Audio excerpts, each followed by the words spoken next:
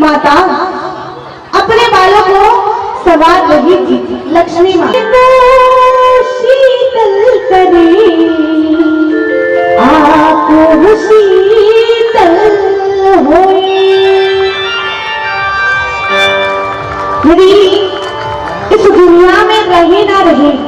आपकी नाम रहनी चाहिए, क्योंकि अच्छे कार्य कीजिएगा तभी रहेगा।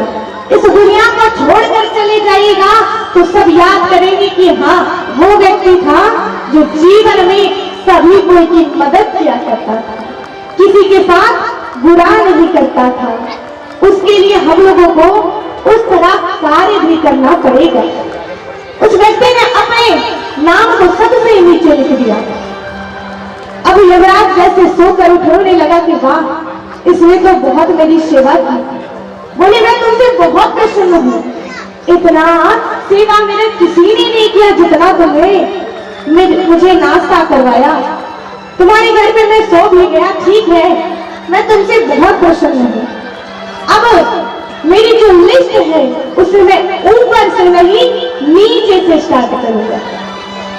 वही बात हो गई, उसने अपने नाम को सबसे नीचे लिखा था। युवराज सबसे नीचे से करने लगे। करने का तात्पर्य है कि हम जो सोचेंगे वो कभी नहीं होने वाला, भगवान जो सोचेंगे वही होगा। प्रभु इसीलिए कहते हैं तू करता वही है जो तू चाहता है, पर होता वही है जो मैं चाहता हूं। तू करता वही है जो तू चाहता है, पर होता वही है जो मैं चाहता हूं। तो तू कर वही जो मैं चाहता हूं, फिर होगा वही जो तू चाहता है। प्रभु की इच्छा से, प्रभु की ज्ञान से अपने जीवन को चलाइएगा तो हमेशा अच्छा ही होगा। बहुत लोग बोलते हैं भगवान ने सारी दुख मुझे ही दे दिया। क्यों दिया है? आपने उस तरह कार्य किए होंगे तभी भगवान ने दिया है। भगवान को हमसे कोई दुश्मनी नहीं है। जीवन में गलत कार्य कीजिएगा, इस जन्म में यदि अच्छे कार्य कर रहे हैं तो आपको फल अवश्य मिलेगा। वो अगले जन्म में भी मिल सकता है। पिछले जन्म में आपने गलत कार्य किया होगा, उसका भी फल इस जन्म में मिलेगा, क्योंकि ये छूटने वाला नहीं है।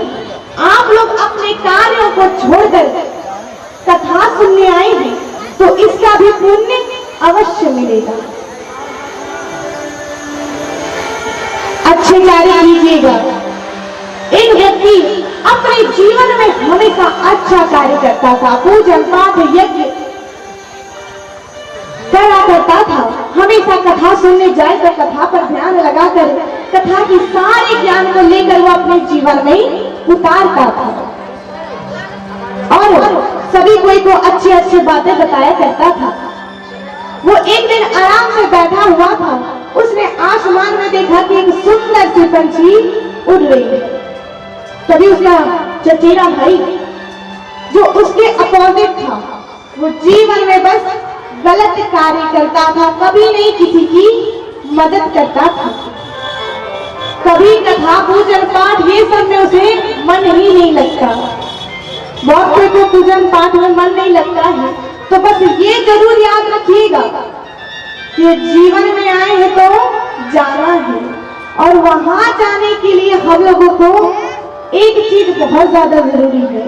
यदि अकेले गए तो दुख ही मिलेगा, साथ में क्या लेना है? पुण्य। ये जो पुण्य करिएगा वो वहां पर बहुत जरूरी होगा। व्यक्ति हमेशा गलत कार्य क्या करता था। अब उसके चचेरे भाई जो अच्छा व्यक्ति था उसने समझाया, लेकिन मानने को तैयार नहीं, फिर भी वो गलत कार्य किया करता था। वो भी आसमान में पंछी को देख रहा है। अब एक भाई सोच रहे कि वाह कितनी सुंदर पंछी है, और एक भाई सोच रहे कि इसे मार दूं तो बहुत अच्छा लगेगा। हम लोग किसी को बिना जाने राय बनाते हैं, लेकिन हम लोगों को पहले उसे जान लेना चाहिए, उसके बाद उसके बारे कुछ बोलनी चाहिए, अच्छी सोच रखनी चाहिए। एक माता अपने बच्चे से बस स्टैंड पे, एक माता और बच्चा इधर था और एक माता और बच्चा इधर। एक माता ने अपने बच्चे से कहा कि तुम यदि पढ़ाई नहीं ना करोगे तो तुम्हें ये कार्य करना पड़ेगा। एक व्यक्ति सामने झाड़ू लगाता, बोले तुम यदि पढ़ाई नहीं करोगे तो तुम्हें ये काम करने पड़ेंगे। और दूसरी तरफ जो माता थी अपने पुत्र से ही कही कि यदि तुम पढ़ाई करोगे तो इन जैसों की मदद करोगे।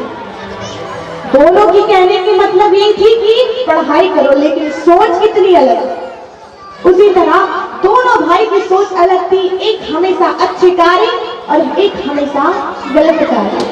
उस पंछी को मारने के लिए उसने धनुष और बाण को निकाल लिया, मारने के लिए तैयार उसने उस पंछी को घायल कर दिया। वो पंछी घायल होकर जो अच्छे व्यक्ति है उसके कदमों के आगे गिर पड़ा। अच्छे व्यक्ति ने सोचा कि भला ऐसे किसने किया, इस जीवन में सभी को जीने का अधिकार है, तो किस व्यक्ति ने इस पंछी के साथ गलत किया। गलत किसी के साथ नहीं करना चाहिए, किसी पे जुर्म नहीं करना चाहिए। कहा गया है कि जुर्म करने वाले से ज्यादा पापी जुर्म सहने वाला होता है। यदि आप पर हो रहा है तो उसमें आवाज उठाइए।